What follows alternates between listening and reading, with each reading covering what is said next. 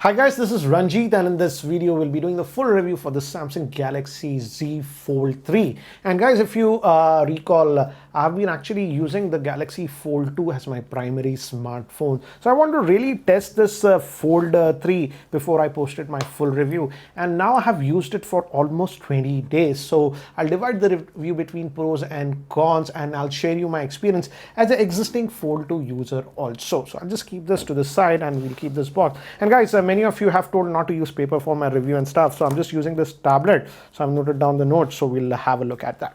Okay, first let's break it down between the pros and cons. And guys, here are the specs for your reference. And as of now, this is the most cutting edge smartphone that Samsung has built. So it has all the bells and whistles that you want. And of course, it's a folding smartphone that you are getting. And okay, first let me talk about the first thing that I really liked on this smartphone, and that is the build quality, guys. The build quality is really good on this one.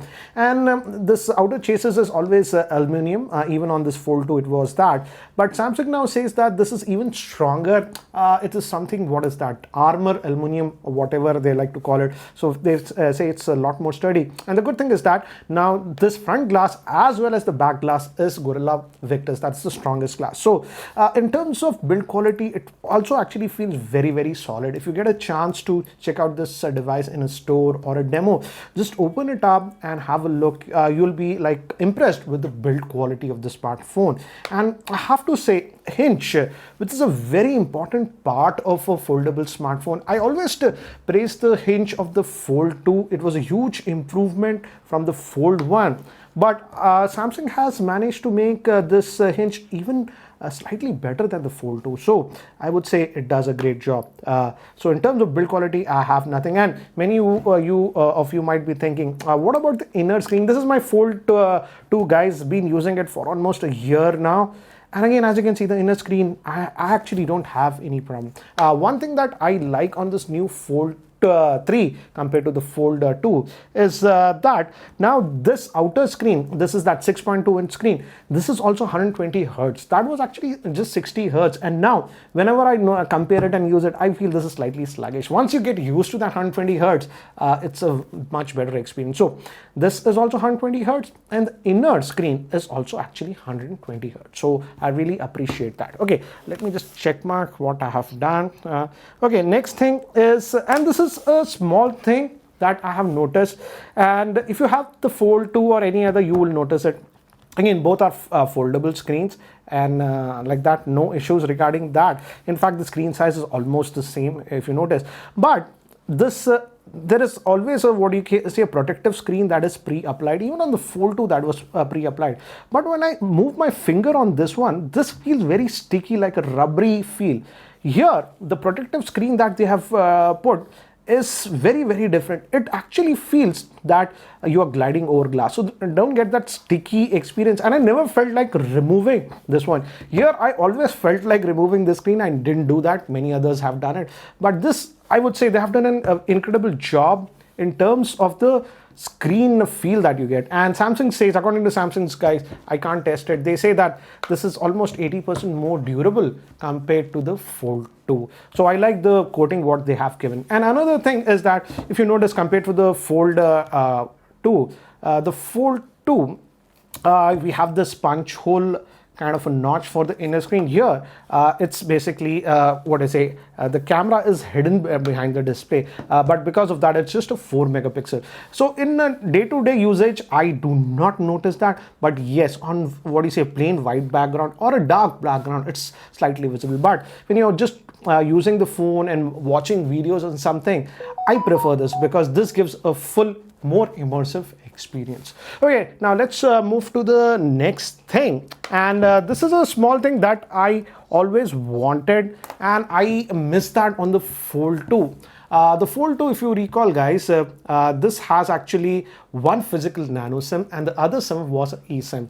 But on this one, actually, we get two proper nano SIMs, and you also get an eSIM. So that way, I like it. I prefer, what do you say, a physical SIM to a, what do you say, eSIM. But here you have two physical, what do you say, nano SIMs, and you also have a provision of one eSIM. But guys, do note that at a given time only 2 SIMs can be activated. That means 2 nano SIMs, or 1 nano SIM and 1 eSIM. So that way I like it, because in India we like most of you, I also use two SIMs. So that way now I can use it as my proper primary. Whenever I was using a Fold 2, because I have 2 SIMs, I always had to carry one more smartphone with me. So that way I liked it. At least in the Indian variant, guys, we have that dual SIM. In some other regions, again, it's the same thing, 1 nano SIMs. But in India, it's a proper dual nano SIM. Okay, next thing is, and this is always there on the Fold, the speakers are actually really loud on this one. For example, let me just give you an idea. Let's just play back this one. And I'm going to increase the volume, guys. As you can see, it gets very loud.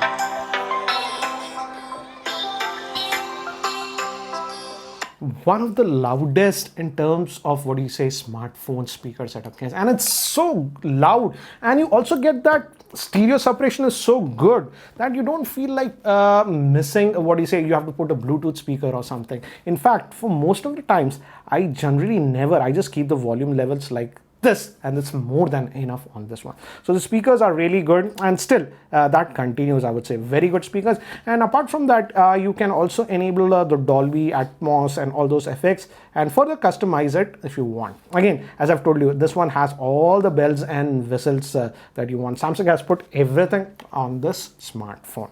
Okay, now let me talk about how does this smartphone work as a regular smartphone in terms of cellular call quality, network reception. Here also, just like any other Samsung's flagship smartphone, you won't have any issues. I tested this one with Airtel. Right now, still my Airtel primary SIM is in this one, and even with Jio SIM here in Hyderabad, and I did not have any issues in terms of network reception, and the earpiece is also excellent. And of course, no proximity sensor issues on this one. Took a lot of calls. So if you're sort of a business-centric user, and call quality is very important, I know that is, for example, let me just cut this call. For example, that's actually pretty important for business-centric users. And I feel in that area, in terms of call quality and stuff, you have no issues. Even the speaker phone is pretty loud, so you can just keep it and take the calls. And for example, for taking calls, you would use this screen and use it like this. So yes, it's slightly bulky, but you get used to it after some time. So in terms of even long calls, I did not have an issue with this smartphone. Also, another thing is that though the speakers are very loud, we don't have a 3.5mm headphone jack like most of the flagships. But I did test this smartphone with a bunch of Bluetooth headsets, as you can see, a variety of them, and I did not have any issue. So in terms of Bluetooth connection also, you will not have an issue with this smartphone. So essentially, what I'm telling you guys is that in terms of call quality, connectivity and all those things, top notch, no issues. Even the Wi-Fi speeds were very good on this smartphone. And again, you should expect that this is having the flagship processor. That's the Snapdragon 888 on this one. And also in terms of day-to-day operations, no issues with anything, no lag or anything. And in fact, I would say even the RAM management was very good on this smartphone. It comes with the 12 gigabytes of RAM. I'm actually using the base variant that comes with 256 gigabytes of storage. There is also one more variant that also has 12 gigabytes of RAM, and that is 512 gigabytes of storage. But I feel 256 gigabytes should be more than enough for most of the users, because even the Fold 2 that I was using had 256 gigabytes of usage, and still after a year, I have ample storage left. So in terms of day-to-day performance, in terms of UI and all those things, you will not have any issues. It's butter smooth, and also RAM management is done very well. So in those areas, you don't have to worry. One thing that I've noticed is that the inner screen, obviously it is bigger, and you'll use it, and if you open this one, this becomes sort of like a mini tablet. I think so that's the USP of this smartphone. And here I would say Samsung has improved a few things. For example, even in the settings, if you go, you get 2 panes. For example, if you go over here, so again, it is taking advantage of some of the real estate that you are getting on this smartphone, as you can see. So that way they have done a good job. And again, as the hinge is really good, you can just adjust the hinge and it stays in any position. For example, as I've told you, the front facing camera, the under display camera that you call, that 4 megapixel is here. It's not visible right now, but when you open the camera app, it's there. And I felt, for example, if you open the camera app, let me show you. It's over here, and let me just switch to the front facing camera. Now it gets activated, and you can just flip this one, and now as you can see, you can do your stuff over here and you can use the camera. So for example, this is great for video conferencing, what I felt, because for example, I used Microsoft Teams like this, and I could easily do bottom other stuff, and the top portion could be used like camera. So this works really well, and again, it even works on YouTube videos. For example, if we were playing back this one, you can just do that, and the bottom portion you can. So yes, this functionality, again, app developers need to take advantage of it. It's not all apps, but I feel now we are getting a little bit more functionality even from third party. You can actually force that mode in the lab section if you want to do that. So that way, I would say Samsung is now taking a lot more advantage of this dual screen. And the biggest thing I would say for this one is that, again, if you open this is the Chrome browser, again, you get tabs and stuff like this even on this one. So that way, again, I was looking at the Samsung page. So as you can see, and the desktop mode actually looks a lot better on this one compared to any other smartphone, for the simple reason, the big screen that you are getting. So that way, they have done a great job. And if I go over here, I can bring actually like this YouTube over here, and I can watch it. So yes, you can do this even with other smartphones, but just because of the real estate that you have on this one, it's actually a lot easier, and you can split it like this, and you can even add a third app. That becomes a little bit congested, but you can do it if you want, and you can even have a floating app above this. So in terms of, and you can just, let's say you are doing this, some YouTube video podcast, you want to do this. So this is ideal. I used it quite a bit like this. So that way, I would say for multitasking, that is where this inner screen actually shines, I would say.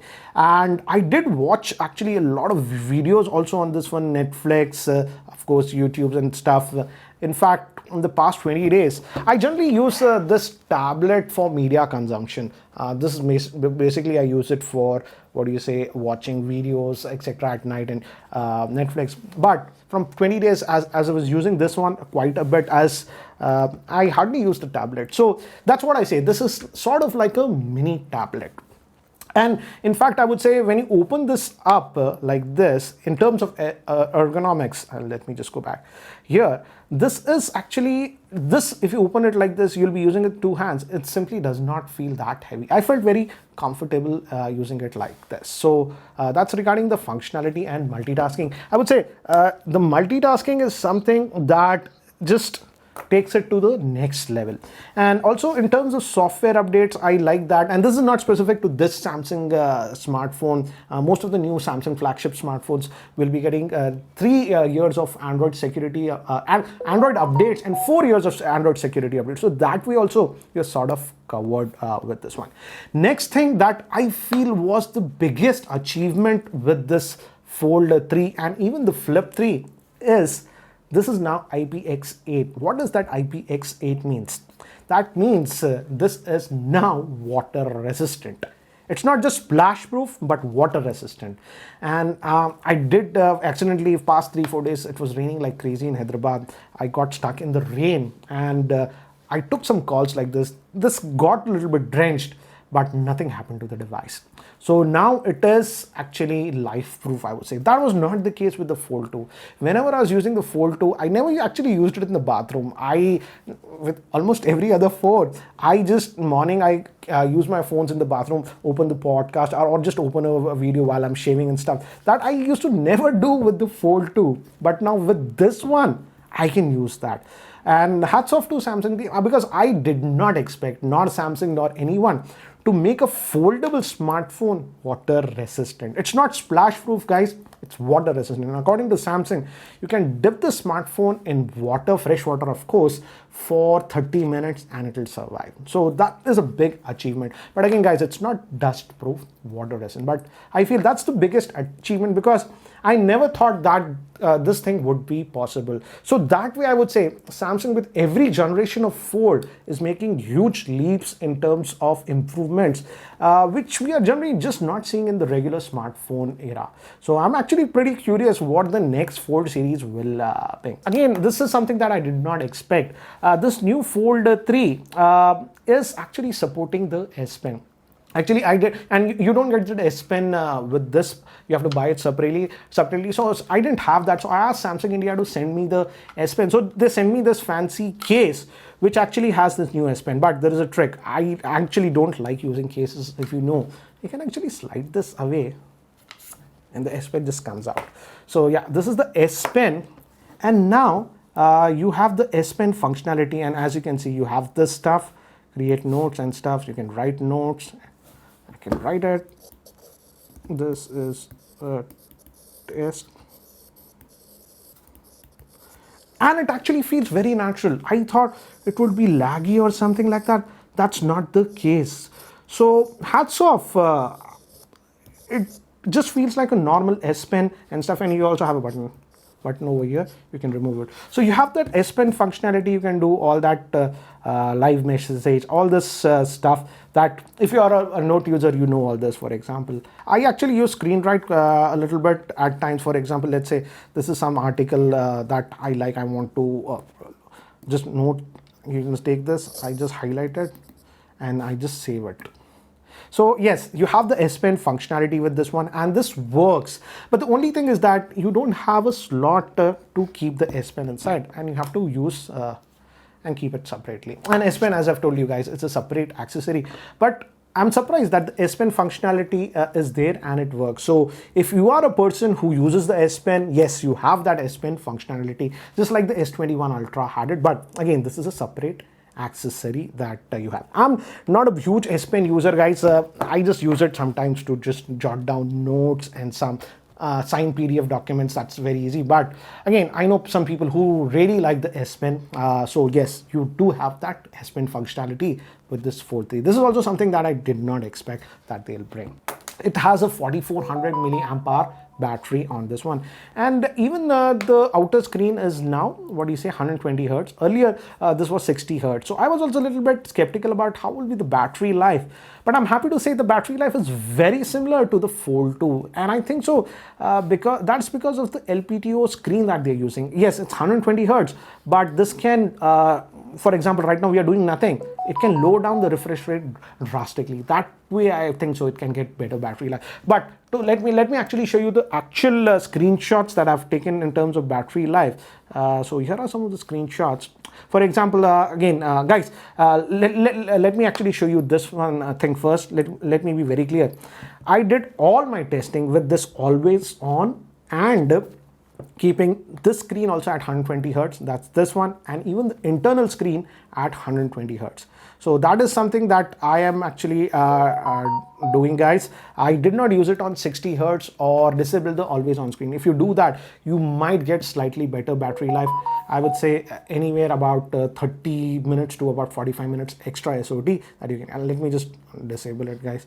So I'm getting a lot of notifications. Okay, let me actually show you the screenshot. This is again, as you can see, almost about 15 hours 46 minutes away from the charger, and we got a screen on time of 6 hours 17 minutes. That's a typical day usage, guys. And okay, regarding the 5G bands, I asked Samsung India what are the 5G bands that are supported. So these are the 5G bands that are supported. So yes, it's a proper 5G smartphone. So again, as you can see, 17 hours of the charger, 4 hours 35 minutes that I got. Here again I got 4 hours 8 minutes, and here 4 hours 54 minutes, close to about 5 hours, and again here 4 hours 54 minutes. Here this is surprising, I got almost 7 hours on this one. This was with single SIM, guys. So I would say in terms of battery life, you can get anywhere from 4.5 to almost 6 hours of screen on time on this one. And I think so if you disable this always on does take quite a bit of battery. So if you disable this always on, I think so you should be able to get decent battery life. But again, guys, this is not a 2-day smartphone. So that is something you have to note actually, guys. Okay guys, now let's move to the cameras, and I would say on paper the camera hasn't changed that much from the Fold 2. This one also has a triple rear facing camera. The layout is a little bit different, and all the three are on the back. These are the main cameras, I would say, are 12 megapixels. So we have a 12 megapixel, that's a main, that has OIS. Then we also have a 12 megapixel, that's ultra wide. Then also we have another 12 megapixel. This is a proper 2x what do you say, optical zoom that it has. The inner camera that has that under display camera, as you can see right now it's not visible, but when I open the camera, yes, as you can see it pops. So whenever it stays, camera is used, it stays and it pops out. As you can see, it just goes off. So this is a 4 megapixel, and I would say this one definitely, if you want to take selfies, then I would say go with this one, because this is still the proper 10 megapixel. The inner one is not bad, guys. As I've shown you in the unboxing video, here are the samples that I've taken with the inner one and the outer one. Yes, the inner one is a little bit soft because it's the 4 megapixel, and I would say if you're doing video conferencing and stuff, that's good enough. But if you're mostly taking selfies and stuff, stick with this one, or you can even use the rear facing camera. But here are some of the samples that I have taken with the camera on this Fold 3, so that you get a better idea. And as you can see, the camera is actually not bad. Even in dull lighting conditions, I feel it's doing a good job. And I think so the camera performance is slightly improved compared to the Fold 2 because of the Snapdragon 888 and the improved ISP performance. But here are the samples with this one. What do you feel about the camera? I feel the camera does a decent job. But again, guys, the camera, if you want that highest camera centric smartphone, this is not the Samsung Galaxy S21 Ultra. But in the last 20 days of usage, I was not disappointed with the camera performance with my regular stuff. So guys, these were some of the good things that I liked with this device. Now let's move to the cons of this one. And again, guys, the first con is that again, this is a foldable device, so it's actually two smartphones sandwiched into one. So this is definitely a heavy device. This, I believe, weighs 271 grams. Yes, it's slightly lighter compared to the Fold 3. Fold 3 is 282 or 283. This is about 11 grams less. So I feel it's an improvement, but still, I would say it's slightly heavy phone. And if you're coming from a regular phone, you will initially feel that it's heavy. Once you open it up and use it like this, the weight balance is a lot better. But here, in this way, it's slightly heavy. And it might take you almost about a week to 10 days to get used to the weight of this device. I just want to be very clear about that. Again, this outer screen was even wider. I got used to it, and now I can type like this, but it's a little bit cramped, I would say. And I generally use the voice dictation, and that works very well. For example, this is a test with the voice dictation to see how well it works. And as you can see, so yes, I wish this outer screen was a little bit more wider, because what I've noticed is that for small stuff, for example, if you get a tweet or a WhatsApp message or something, I just use this instead of always opening this one, and that was happening almost about 30-35% of the time. So the keyboard is slightly cramped, but with that voice dictation, I got used to it. I wished it was slightly more wider, but again, if they would have done that, I understand the phone would have become even bigger and slightly heavier. But yeah, I wish it was wider. And next thing is, again, for example, this happened once. It's not happening right now. As you can see, I opened the weather app. I'm not getting any ads or something, but once I noticed ads on this one. It's not happening now, but Samsung has made it very clear that they will be removing any ads or anything on these devices with the next major update. So that is something that I wanted to clear about that. Now, for some reason, I don't know, initially when I got it, I saw the ads once or twice, but now in this weather app here, that ad you used to get, I am not getting it. But yeah, just wanted you guys to know about that. The next thing is the pricing in India, guys. In US, if you recall, the Fold 2 was for 2,000 US dollars, and now the Fold 3 is at 1,800 US dollars. Certainly expensive smartphone, but in India the pricing is same as the Fold 2. The Fold 2 was also 1,50,000. This is also 1,50,000. So here I feel Samsung could have reduced the price a little bit. Yes, I understand from last year the taxes and imports and stuff have increased in India, but still I wished they could have reduced the price a little bit. Yes, technically you can get it for slightly less at 1,53,000 as of now because you have that HDFC card offer. But it would have been great if they would have reduced the MRP directly, I would say. So that is something. And talking about the pricing, guys, I just wanted to make this very clear because I see a lot of argument from users. Yes, certainly this is an expensive device, but in India, if you guys recall, the iPhone 12 Pro Max, I was looking at the pricing today, just today on Amazon. This is the 256 gigabyte variant. So let's talk about that. The 256 gigabyte variant, as you can see from the screenshot, is what? 1,30,000. MRP is almost 1,40,000.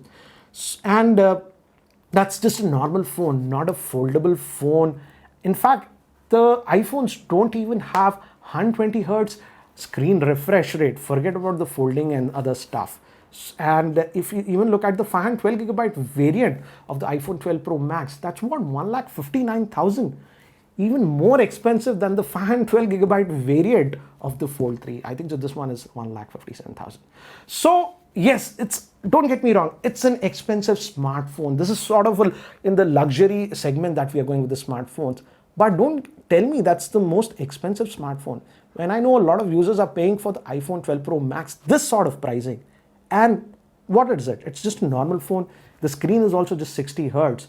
So I would say if you have that kind of a budget, go to a store and check this out and use it for 5 minutes and then make a decision. You will be actually surprised. For example, I have used the Fold 1, Fold 2, and now with the Fold 3, I can definitely say if you are that business sort of a person, you have that kind of a budget, you can definitely now go and have a look at this smartphone. And you might be actually pleasantly surprised if you have that kind of a budget, because the kind of functionality that this smartphone gives, no other smartphone gives you that as of now. That's my frank opinion. Anyways, guys, that's it for now for this review of this Samsung Galaxy Z Fold 3 5G. What do you guys think about the same? If you are a user of the Fold 2 or the Fold 1, share your experience. What do you feel about these foldable smartphones, specifically the Z Fold 3? Would love to hear your comments. Anyways, guys, that's it for now. Thanks for watching. This is Ranjit, and I hope to see you in my next video. Take care, guys.